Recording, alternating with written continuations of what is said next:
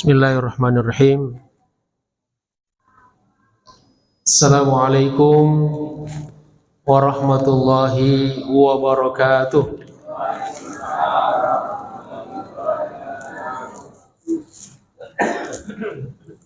Alhamdulillah. Alhamdulillahirabbil alamin. Wa bihi nasta'inu ala umuri dunya waddin. Allahumma salli wa sallim ala hadzal nabiyil karim wa ala alihi wa sahabatihi wa tabi'in wa man tabi'ahum bi ihsanin ila yaumiddin. Subhanaka la ilma lana illa ma 'allamtana innaka antal alimul hakim. Allahumma 'allimna ma yanfa'una wanfa'na bima 'allamtana.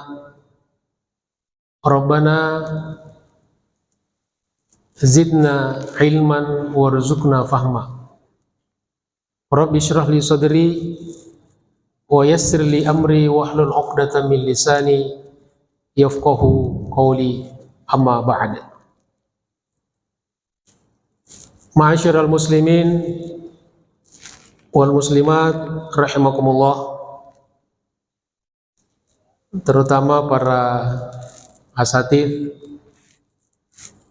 segenap pengurus Masjid Al-Akhbar yang kita cintai ini, para tokoh masyarakat, para orang tua, serta saudara-saudaraku jamaah salat subuh dan majelis ta'lim yang insya Allah kita semua senantiasa dimuliakan, dirahmati dan diberkahi Allah Subhanahu wa ta'ala. Pergi ke pasar membeli ikan, kita kangen pengen makan ikannya. Pergi ke pasar membeli ikan, tidak lupa juga membeli terasi. Asyik ya. Puji syukur kita panjatkan, alhamdulillah bisa berjumpa lagi. Alhamdulillah. Setelah terjeda kegiatan Idul Adha, Idul Kurban, semoga Allah Subhanahu wa ta'ala terima ibadah kurban kita. Bagi yang berkurban, bagi yang belum berkurban, mudah-mudahan di tahun-tahun yang akan datang bisa berkurban.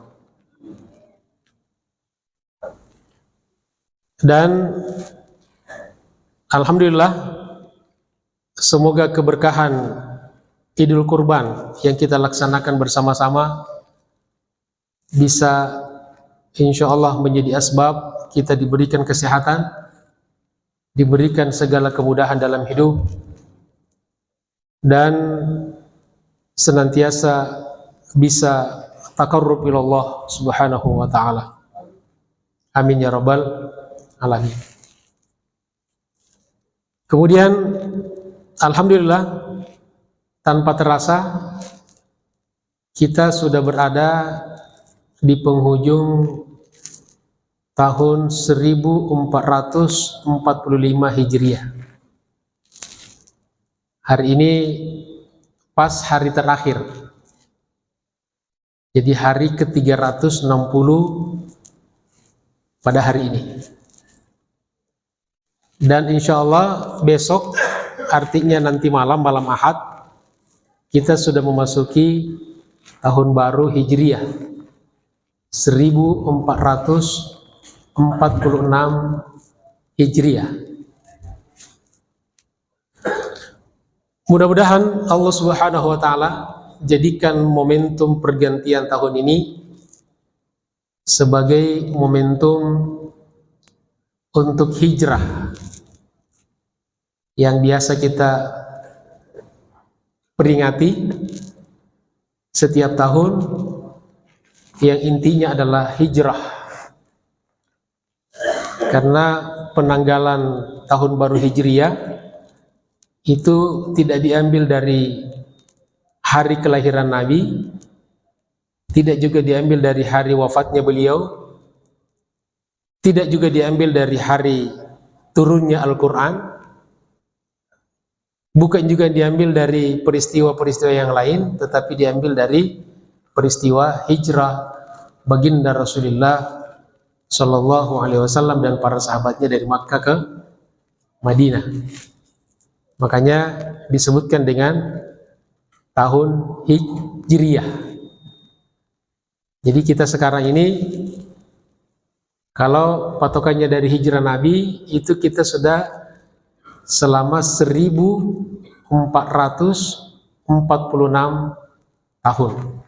Sudah masuk abad ke-15. Masya Allah. Ya. Semoga Allah Subhanahu wa Ta'ala jadikan kita, insya Allah, orang-orang yang senantiasa bisa berhijrah, bukan lagi dalam makna perpindahan dari satu tempat ke tempat yang lain, tetapi hijrah yang kita maksud adalah perpindahan dari satu kondisi kepada kondisi yang lain. Dari kondisi buruk menjadi kondisi baik. Dari kondisi baik menjadi yang lebih baik. Dan hijrah itu selalu identik dengan gerak. Ya, pergerakan. Pergerakan itu ada maju, ada naik. Ya, ada maju, ada naik. Jadi mudah-mudahan ada kemajuan dan ada peningkatan. Tentu yang kita maksud di sini yang paling utama adalah peningkatan keimanan dan ketakwaan kita kepada Allah Subhanahu wa Ta'ala. Juga termasuk peningkatan pada kepedulian kita terhadap dakwah, terhadap perjuangan Islam. Mudah-mudahan Allah Subhanahu wa Ta'ala senantiasa berikan pada kita keikhlasan dan keistiqomahan. Amin ya rabbal alamin. Jadi kajian kita pada hari ini kembali kepada kitab Nasaihul Ibadah. Jadi spesialnya itu karena pas pada akhir tahun, ya, jadi itu spesialnya itu.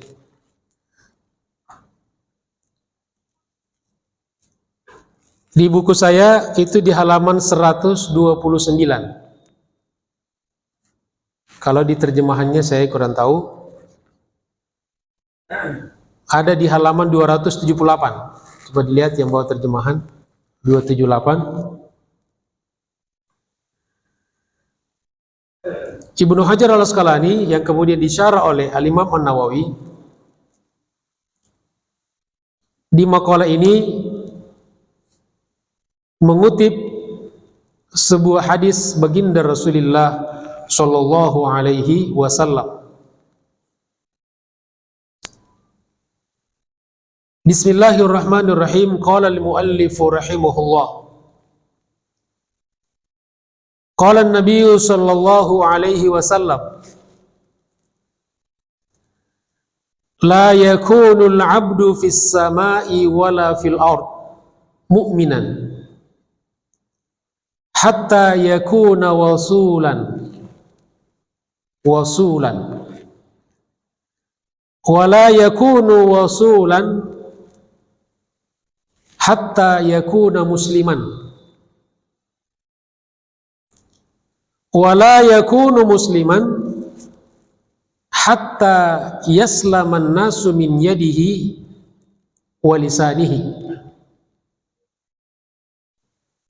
wala yakunu musliman hatta yakuna aliman wala yakunu aliman hatta yakuna bil ilmi amilan wala yakunu bil ilmi amilan hatta yakuna zahidan wala yakunu zahidan hatta yakuna wari'an wala yakunu wari'an hatta yakuna mutawadhi'an wa la yakunu mutawadhi'an hatta yakuna 'arifan bi nafsihi wa la yakunu 'arifan bi nafsihi hatta yakuna 'aqilan fil kalam. Selesai hadis Nabi Sallallahu Alaihi Wasallam. Sudah paham semua kan? Katanya.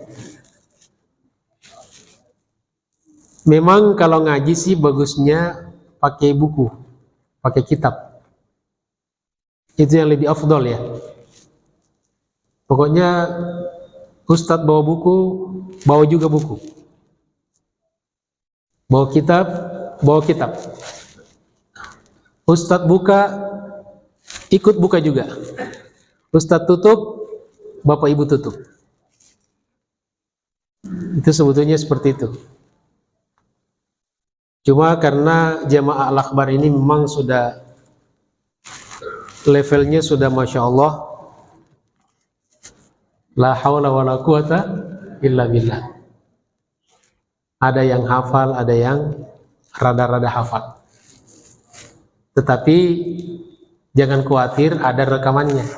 Nah ini, jadi jamaah Al-Akhbar ini sebetulnya tidak bawa kitab bukan karena cuek, tetapi nanti mengandalkan rekamannya. Ya, ada rekamannya di YouTube Al-Akhbar. Ya, sudah subscribe semua ya? Buka HP-nya langsung subscribe. Kalau tidak di channelnya Al-Akhbar, di channelnya Umri Official Channel. Ya. Sudah hampir 500 video saya. Ya, di channel saya itu. Mudah-mudahan menjadi asbab kita menyebarkan kebaikan. Daripada orang pakai medsos untuk penyebaran dosa dan kemaksiatan, hal-hal yang tidak bermanfaat, maka lebih baik kita manfaatkan untuk hal-hal yang bermanfaat. Dan saya sarankan Bapak Ibu juga bikin akun, bikin channel. Ibu-ibu mungkin lagi masak, ya. Inilah tutorial masak secara syariah. Bapak-bapak juga bisa, dan tidak sedikit yang kemudian viral, ya, dan bermanfaat. Kita kembali ke makalah hadis Nabi sallallahu alaihi wasallam. Qala Nabi sallallahu alaihi wasallam, telah bersabda Nabi sallallahu alaihi wasallam, Allahumma salli ala Sayyidina Muhammad. Orang yang paling pelit adalah orang yang ketika nama Nabi disebutkan tidak bersalah, tidak bersalah. Jadi pokoknya setiap kali kita dengar nama Nabi disebutkan, ya, maka langsung spontanitas mengucapkan Allahumma salli ala Sayyidina Muhammad atau sallallahu alaihi wasallam. Ini fungsi salawat dahsyat sekali. Ya, salawat.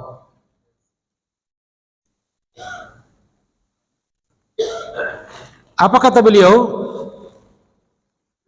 Di sini, di dalam hadis ini dijelaskan ada 10 level.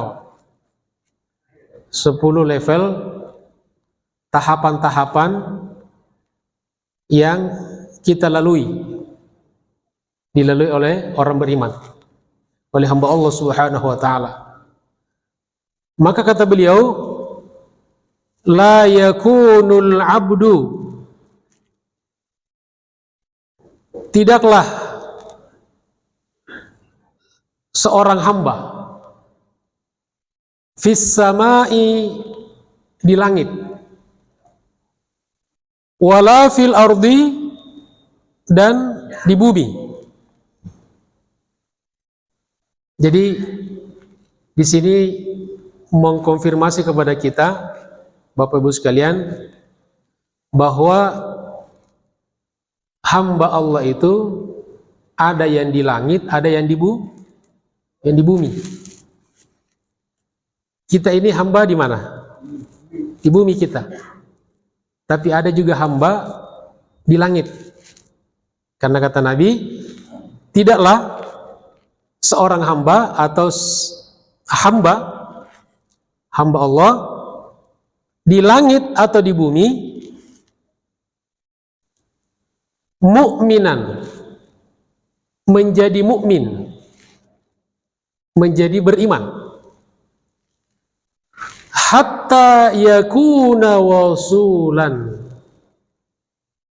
sampai dia menjadi wasulan, waw sod waw lam, wasulan. Imam Nawawi mengatakan mutalattifan linnasi. Jadi arti dari wasulan, kata Imam Nawawi, adalah mutalattifan linnasi, berlemah lembut kepada orang lain.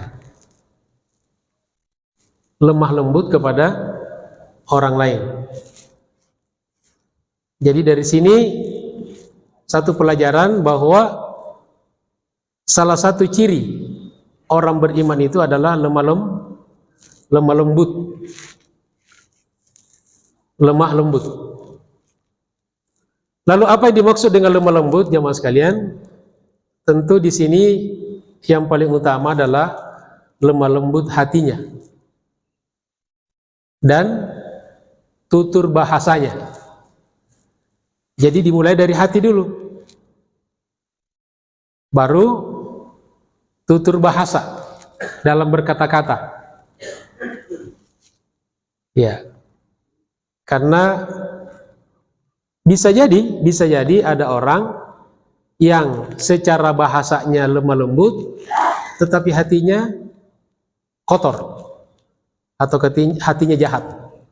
Jadi dimulai dari hati dulu. Kalau misalnya kita disuruh milih nih,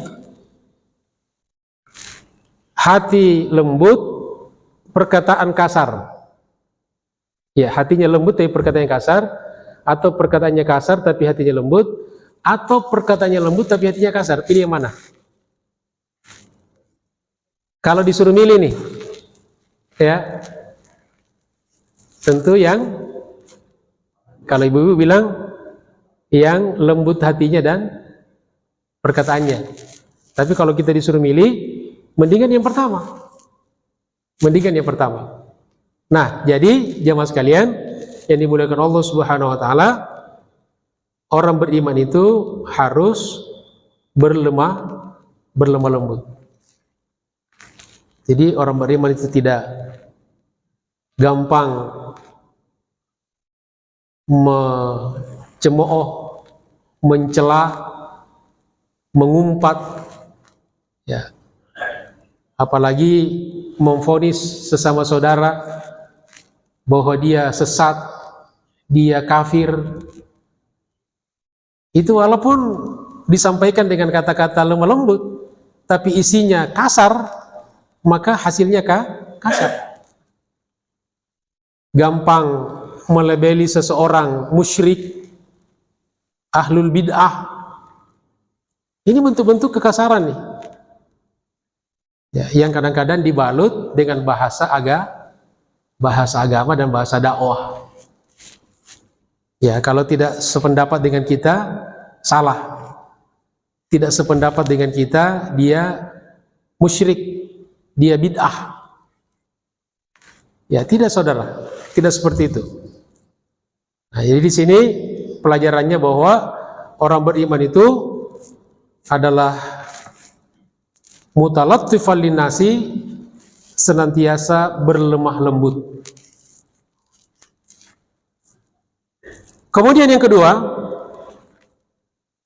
wala yakunu rasulan hatta yakuna musliman, dan tidaklah dia menjadi orang yang berlemah lembut sampai dia menjadi seorang muslim. Di sini kata Imam Nawawi, apa yang dimaksud dengan muslim?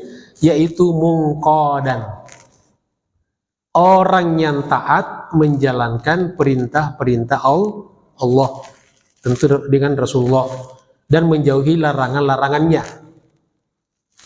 Itu basic muslim seperti itu. Jadi muslim itu adalah ketika seseorang menjalankan hukum-hukum Allah dan Rasulullah, yang disimpulkan oleh para ulama kita dinamakan dengan al-ahkam at-taklifiyah. Jadi hukum itu cuma ada 5. Wajib, sunnah, haram, makruh, mubah. Kalau perintahnya kuat, jatuhnya wajib. Kalau perintahnya tidak kuat, jatuhnya sunnah. Kalau larangannya kuat, jatuhnya haram. Kalau larangannya tidak kuat, jatuhnya makruh. Kalau tidak diperintahkan dan juga tidak dilarang, namanya mubah. Ini saja hukum nih. Kalau kita bicara hukum, tidak boleh keluar dari 5 ini. Jadi keliru kalau ada orang ditanya, apa hukumnya ini? Hukumnya bid'ah. Tidak ada hukum bid'ah. Tidak ada hukum bid'ah. Bid'ah itu menjelaskan satu sifat, bahwa sesuatu itu tidak ada sebelumnya. Tapi apakah sesuatu yang tidak ada sebelumnya lalu ada, apakah otomatis haram? Otomatis dilarang? Jangan dulu. Tunggu dulu, tidak semuanya. Ya. Jadi di sini artinya basicnya lemah lembutnya adalah dibangun di atas menjalankan syariat Allah Subhanahu wa ta'ala. Jadi artinya apa jamaah sekalian? Di sini kita mengambil satu pelajaran bahwa apapun kebaikan seseorang, kalau tidak dilandasi di atas iman, maka itu hanya menjadi kebaikan sebatas di dunia saja. Tidak menjadi amal soleh yang dibawa ke akhirat. Nah, kalau kita selalu ingin bahwa kebaikan-kebaikan kita dibangun di atas fondasi iman dan Islam.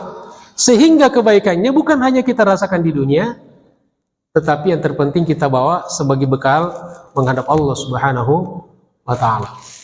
Semoga Allah Subhanahu wa ta'ala senantiasa mudahkan kita untuk bisa menjalankan perintah-perintahnya dan menjauhi segala larangan-larangan.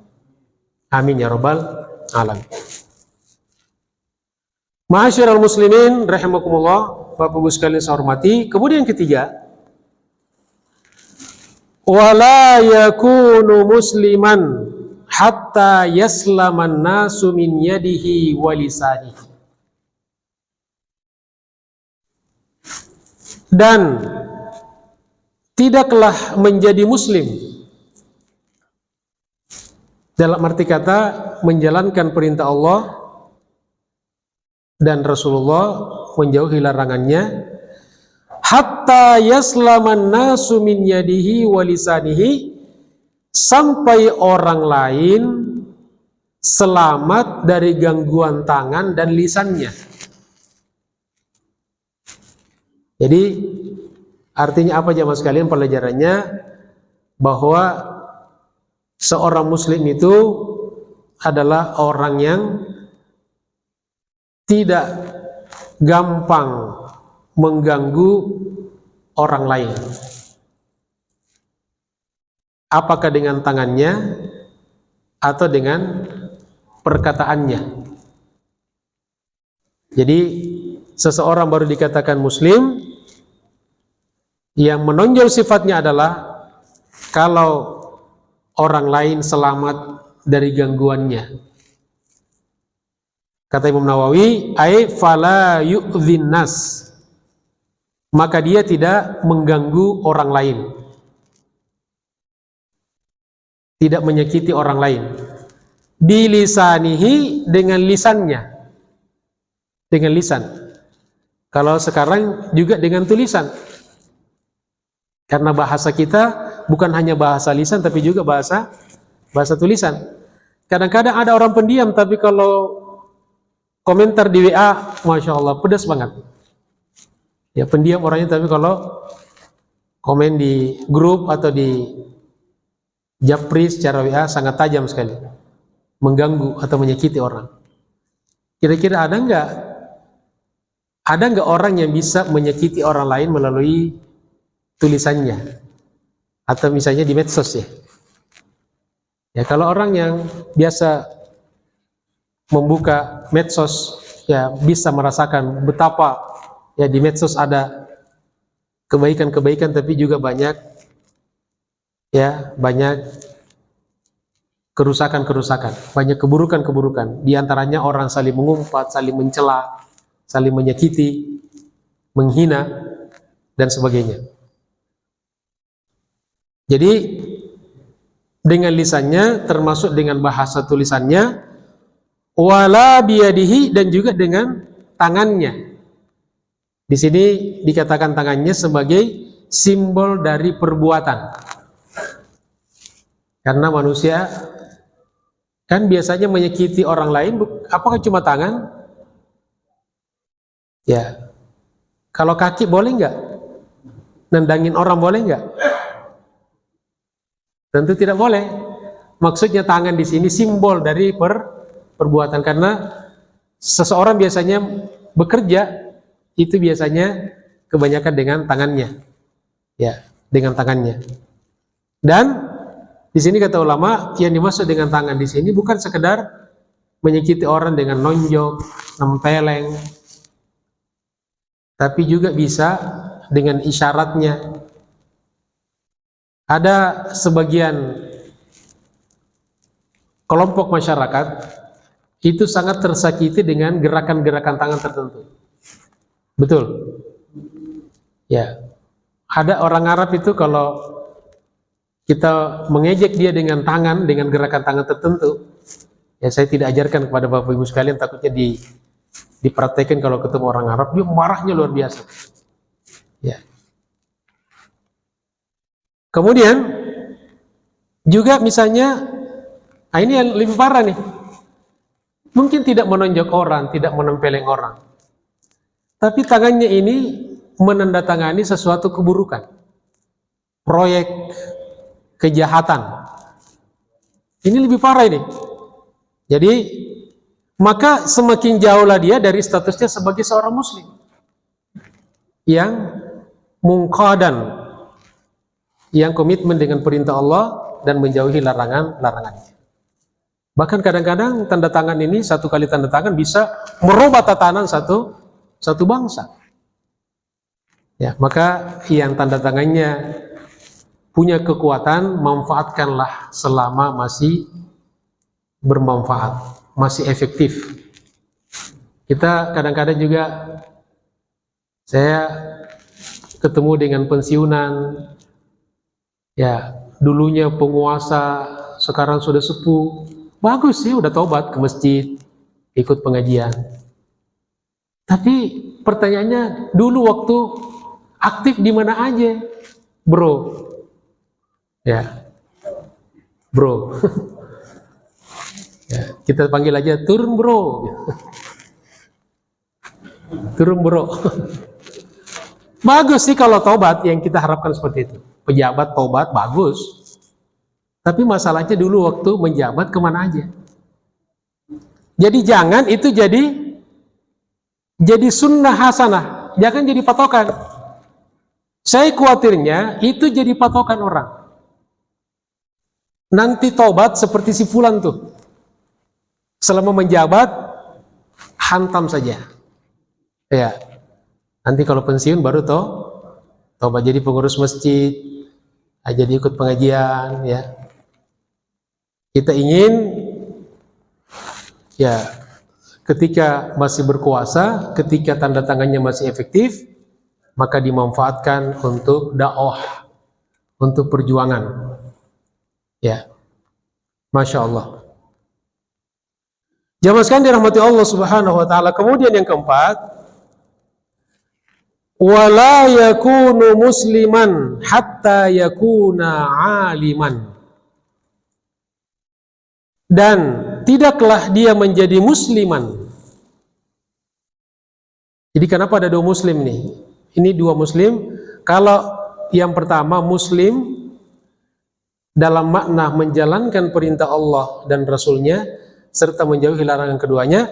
Muslim yang kedua adalah tidak menyakiti orang lain.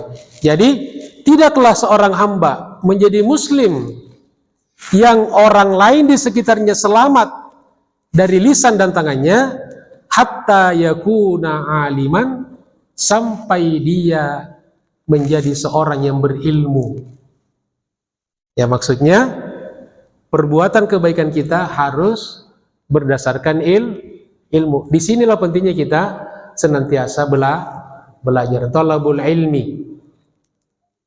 Ya, dan talabul ilmi ini di dalam Islam adalah salah satu jalan meraih tiket ke surga.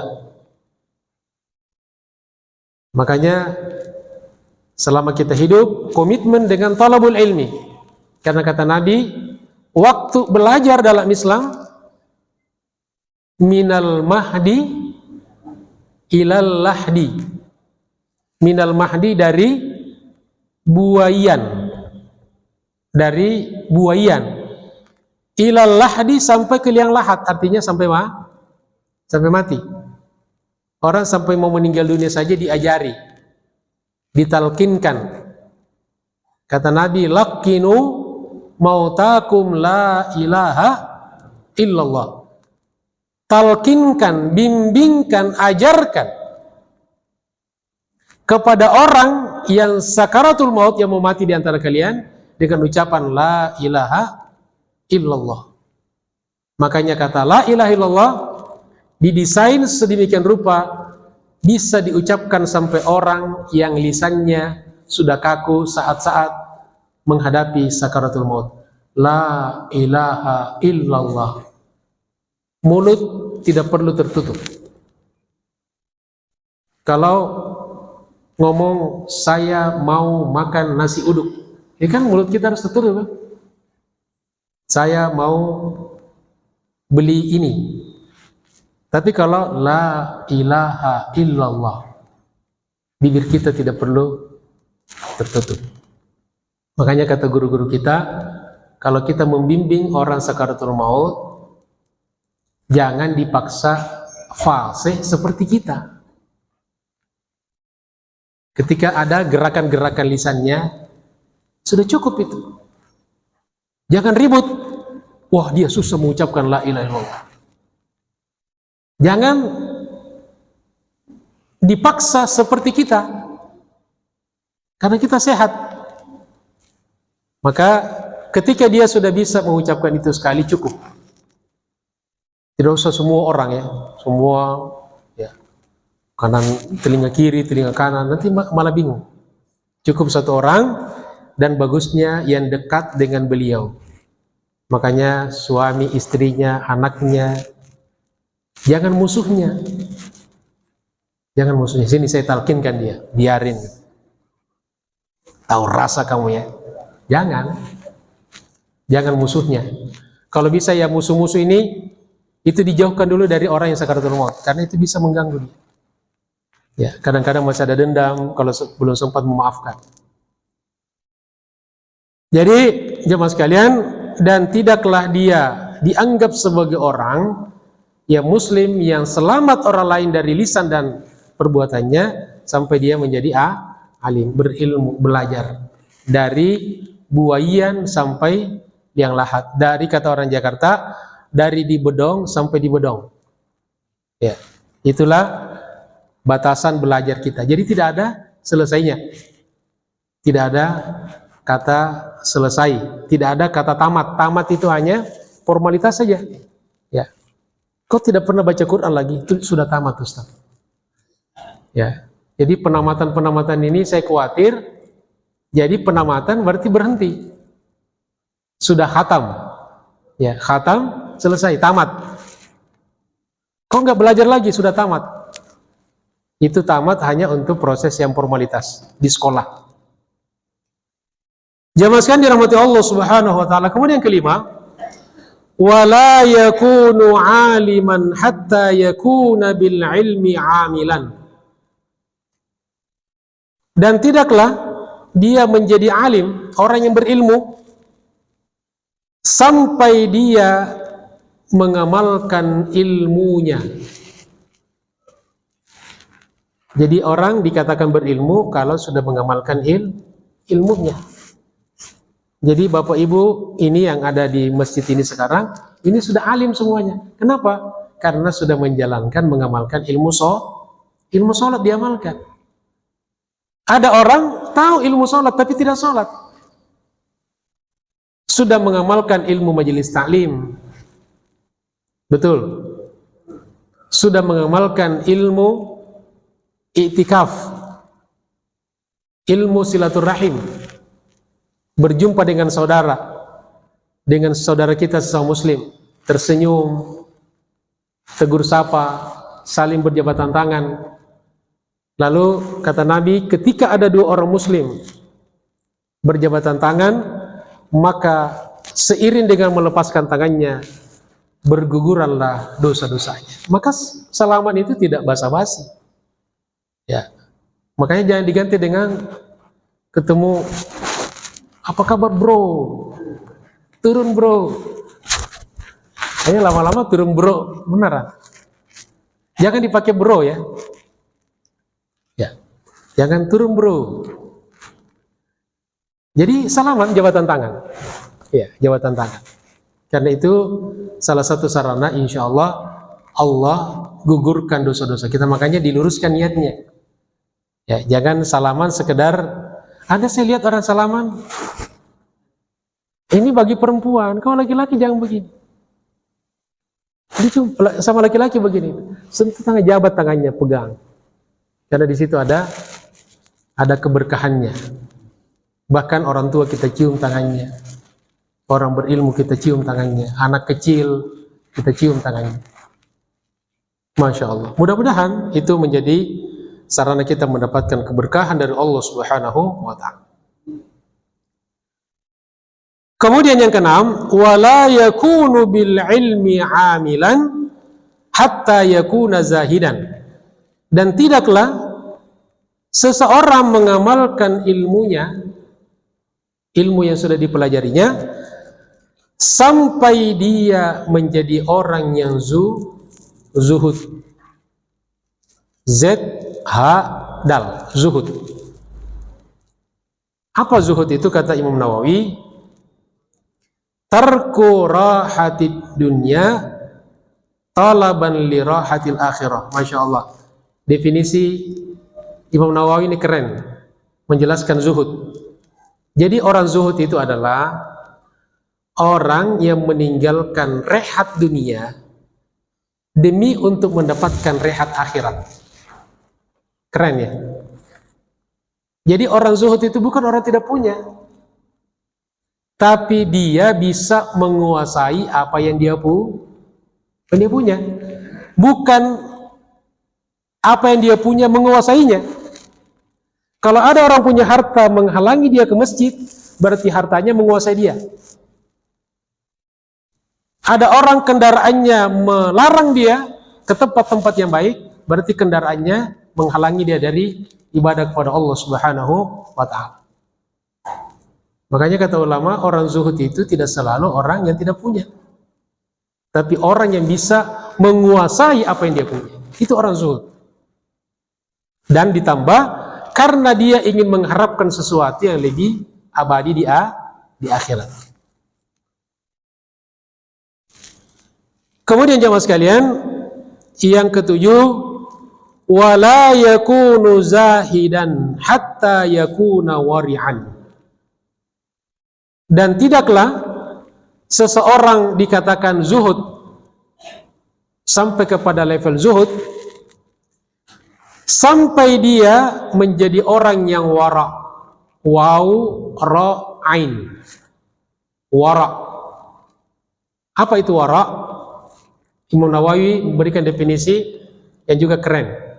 Kata beliau, al-wara mulazamatul a'malil jamilah. Selalu konsisten komitmen melakukan hal-hal yang indah. Ya. Tapi ada penjelasan lagi lebih keren nih. Dari Yahya bin Mu'ad Ar-Razi, wafat 258 Hijriah. Masih generasi salaf. Salaf itu generasi 300 tahun pertama. Ya, jadi kalau dikatakan generasi salaf, karena salaf itu artinya rentan waktu. Salaf itu rentan waktu. Orang yang hidup di rentan waktu 300 abad pertama, itulah salaf, generasi salaf. Tapi harus salafus soleh, karena ada juga di sana salaf tapi tidak soleh. Abu Jahal itu masuk salaf, Abu Lahab salaf itu, tapi salaf yang jahat. Artinya orang yang tinggal di generasi 300 abad, 300 tahun pertama itu. Jadi Yahya bin Mu'ad ini adalah seorang termasuk pada generasi salafus soleh. Apa kata beliau? Kata beliau, kaifa yakunu zahidan? Bagaimana mungkin menjadi seorang yang zuhud? Man la wara'alahu, bagi orang yang tidak punya wara. Jadi orang yang wara itu pasti zuhud. Tapi tidak semua orang zuhud pasti wara. Nah, ini lebih keren lagi nih kata beliau lanjutnya. Tawarra amma laisa laka. Wara'lah dari apa yang kamu tidak punya. Tsumma zuhud fi malaka, kemudian zuhudlah pada apa yang kamu punya. Artinya apa, jemaah sekalian? Kalau perbedaan antara zuhud dengan wara, kalau zuhud itu adalah internal kita. Saya ulangi lagi ya, zuhud itu adalah internal kita. Artinya kita bisa menguasai, bisa mengendalikan apa yang kita punya dan kita tidak diperbudak. Itu orang zuhud. Mau diapakan aja hartanya, itu orang zuhud tuh. Nah, sedangkan orang yang wara adalah orang yang tidak jelalatan dengan apa yang orang lain miliki. Orang punya harta, dia juga pengen tapi tidak punya kemampuan. Itu namanya tidak wara. Jadi orang yang wara adalah orang yang memantaskan dirinya terhadap apa-apa yang sudah dimiliki. Jadi orang masing-masing punya kepantasan. Dan kita harus yakin bahwa Allah itu takdirkan kita dengan apa yang kita punya itu. Tentu syarat dan ketentuan berlaku, sudah kita usaha. Ya, kalau maunya kita kan semua kita pengen punyai. Tapi ada takdir Allah yang kita tidak bisa menghindar darinya. Jelas jemaah sekalian perbedaan antara wara dengan zuhud. Jadi kalau ada pertanyaan nanti di UAS ya, ujian akhir semester, ini sudah ujian akhir tahun nih, benar-benar hari ini akhir tahun. Apa perbedaan antara zuhud dengan wara? Ini jawabannya. Ustaz saya lupa, buka di YouTube. Nyontek di YouTube. Jamaah sekalian, kemudian yang ke-8 sudah mau berakhir. 2 lagi, sabar ya. Insya Allah nasi uduk tidak dingin ya. Kalau ada. Kalau tidak ada ya diadakanlah. Tapi kalau tidak bisa diadakan jangan ada-ada ya. Makan seadanya saja. 8. Wala yakunu wari'an hatta yakuna mutawadhi'an. Dan seseorang tidak dikatakan wara sampai dia menjadi orang yang tawadhu. Nah, ini jadi coba diperhatikan ya mas kalian tahapan-tahapannya ya. Jadi wara itu harus berbasic tawadu. Karena ada juga orang mungkin pencitraan, bukan lahir dari kesadaran dirinya, merendahkan dirinya, hatinya di hadapan Allah Subhanahu wa taala, itu namanya orang yang tawadu. Kemudian di sini Imam Nawawi mengutip sebuah hadis Nabi sallallahu alaihi wasallam dari Anas bin Malik, qala kana Rasulullah sallallahu alaihi wasallam, adalah Rasulullah sallallahu alaihi wasallam. Di sini Imam Malik menjelaskan hadis ini, atau Ibnu Hajar Al-Asqalani atau Imam Nawawi mengutip hadis ini untuk menjelaskan seperti apa bentuk tawadhu'nya Rasulullah. Jadi tawadhu itu bukan sekedar pencitraan, bukan sekedar ngomong. Apalagi ada orang ditanya, "Bu, apa itu tawadhu?" Tawadhu itu adalah ketawa sambil duduk. Parah banget. Atau ketawa sambil makan nasi uduk. Bukan itu. Nah, di sini karena Rasulullah sallallahu alaihi wasallam, ada Rasulullah sallallahu alaihi wasallam ya'udul marid, menjenguk orang sakit. Jadi salah satu tanda orang tawadhu adalah jenguk orang sakit. Nabi mempraktekkannya. Jadi kalau ada saudara kita yang sakit, selama kita tidak ada halangan, ya, maka sebagai tanda, salah satu tanda kita tawadhu adalah menjenguk saudara kita yang sakit.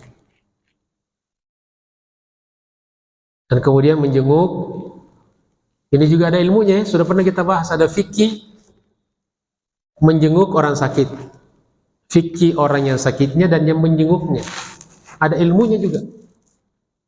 Kalau menjenguk orang sakit, ya sampai ketemu orang sakitnya, pertama didoakan, disapa, diberikan semangat, ya kan? Jangan malah diberikan kata-kata yang bisa membuat dia tidak bersemangat atau bersedih. Masya Allah, sakit apa ya? Ini kata dokter ya, ada gejala asam urat nih. Masya Allah, hati-hati ya. Ada sepupu saya, persis penyakitnya seperti ini. Terus gimana sekarang? Sudah mati. Nah, ini bisa membuat orang sakit ini jadi tambah sakit. Ini hati-hati juga, ada ilmunya. Kayaknya yang suka ngomong sembarangan ini, kalau maaf saya mau jenguk saudaranya, maaf jangan, mendingan jangan. Ya, kamu di luar aja. Kamu bawa apa? Sini, nanti diambil. Sebab kalau dia ngomong nih sama orang sakit bahaya, bisa makin memperparah. Jadi itu ya, mendoakan. Kalau perlu kita di situ doakan. Minimal bacakan Al-Fatihah. Untuk kesembuhan saudaraku, Al-Fatihah. Jangan Al-Baqarah kepanjangan. Ya, karena banyak yang mau masuk menjenguk. Kemudian yang kedua, kata beliau, setelah wa ya'udul marid wa yushayyi'ul janaiz. Nabi juga terbiasa melayat orang meninggal, jenazah. Ya, jadi selama kita tidak ada halangan, maka bagus sunnah kita melayat saudara kita yang meninggal. Minimal datang melayat takziah, bagus sampai ikut mensolatinya, lebih afdal ikut sampai dimakamkan. Dan di kuburan kita berdoa, baca Al-Quran. Ya, Umar bin Khattab ketika mau meninggal dunia berwasiat, tolong kalau saya mati bacakan di kepalaku awal surat Al-Baqarah diantaranya dan akhir surat Al-Baqarah. Jadi baca Quran di kuburan itu sunnah. Bukan tidak boleh saudara. Ya, ada orang nggak boleh baca Quran di kuburan. Ya, kita disuruh baca Quran di mana saja, selama bukan di tempat-tempat yang dilarang. Di kuburan bagus, karena bacaan Quran itu bermanfaat terhadap orang yang meninggal. Kita doakan dia, itu yang lebih afdal sampai pemakamannya. Kemudian wayarkabul himar, masya Allah, Nabi juga nyetir. Jadi salah satu ciri orang tawadu itu nyetir sendiri. Ini menunggangi himar. Himar apa itu? Kedelai. Keledai ya. Saya sering ketukar-tukar tuh. Ya sering susu kedelai atau susu keledai. Dua-duanya sih ada susunya. Ya, jadi himar itu artinya keledai. Ya, keledai. Ya. Jadi Nabi punya kuda tunggangan, punya himar. Jadi kira-kira ini Siti Carla. Jadi kalau mau dalam perjalanan dekat-dekat dalam kota, pakai himar. Kecil. Kayak mobil R3 lagi. Ada lebih kecil dari R3, apa itu? Yang 2 pintu. Itu kalau ibu-ibu mau ke mall gitu kan, pakai himar. Ya. Tapi kalau mau keluar kota, pakai yang besar. Pakai Alphardnya Pak Imam. Yang luas ya. Nah jadi kalau kita konversikan sekarang kan kita gak naik kuda kan? Nyetir itu salah satu tanda orang tawadu. Jangan selalu tergantung pada sopir. Saya di beberapa majelis ditanya, Ustadz nyetir sendiri. Why not? Saya bilang kan, ya masih bisa, masih sehat. Kenapa saya harus setirin? Kalau disetir itu udah aki-aki tidak bisa lagi nyetir. Refleksi kita masih bagus. Kalau mau ajak ngebutan juga masih bisa. Masih bisa di tol bis 140 tadi. Kan di foto itu kan. Wah. Tapi kalau di luar tol nggak berani. Kemudian yang terakhir, nah ini lebih keren nih. Ciri tawaduknya Rasulullah. Ini tadi menyenguk orang sakit, melayat orang yang meninggal, kemudian mengendarai kendaraannya sendiri. Kemudian yang keempat, wa yujibu da'watal abdi, menjawab, memenuhi panggilan, undangan orang tidak mampu, orang miskin. Kan banyak orang cuma memenuhi undangannya orang-orang orang kaya. Lihat undang, siapa yang undang nih? Jangan. Kita tekor. Ya. Ada nggak orang seperti itu? Ada saja. Di sini ada nggak? Di sini nggak ada. Ya, kalau yang meninggal itu tahlilnya orang kaya, masya Allah, ramai banget. Tahlilnya panjang, la ilaha illallah, sampai 1000, 2000. Ya. Tapi kalau yang meninggal yang miskin, tahlilnya pendek. Selesai. Ini fakta ini. Ya, fakta. Tapi bukan di sini ya, di tempat lain. Jamaah sekalian, kemudian yang terakhir, 9. Wala yakunu mutawadi'an hatta yakuna 'arifan bi nafsihi. Dan tidaklah seseorang itu menjadi tawadu, dikatakan tawadu, sampai dia mengetahui tentang dirinya, ma'rifah tentang dirinya, arifan binafsihi. Ini arifan binafsihi ini sadar diri berbasis ilmu. Jadi orang tahu dirinya. Karena banyak orang nggak tahu dirinya, nggak tahu diri. Cuma kalau kita kan nggak tahu diri, biasanya konotasinya dalam halal dunia. Tapi tidak tahu diri sini, orang masing-masing tahu makomnya. Saya ini siapa? Pantasnya saya ini siapa? Nah, jadi diri kita ini tidak punya apa-apa. Di sini ada Imam Nawawi mengutip satu syair bahasa Arabnya. Bagus sekali ini. Ya bena Adam, wahai anak cucu Nabi Adam, la tagrurka afiyatun alaika syamilah. Jangan kamu tertipu dengan sehatmu yang sempurna. Jangan kamu tertipu dengan sehatmu yang sempurna. Karena ada orang merasa sehat nih, senang gitu. Ya, merasa saking senangnya habis check up, general check up, semua normal. Keluar rumah sakit, hore-hore tabrak mobil. Ada pernah kejadian begitu? Ya, jadi Masya Allah, jadi kata beliau, wahai anak cucu Nabi Adam, jangan engkau tertipu dengan sehatmu yang sempurna. Fal umru ma'dudun, karena umur itu terbatas. Ma anta illa kazar'in inda khudratihi. Kamu itu, nah ini biar kita tahu diri nih. Ya.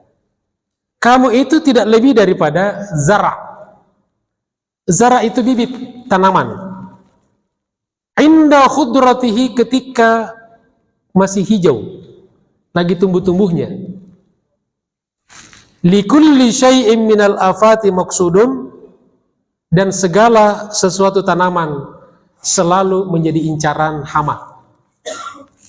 Apa saja yang kita tanam pasti ada hama yang suka.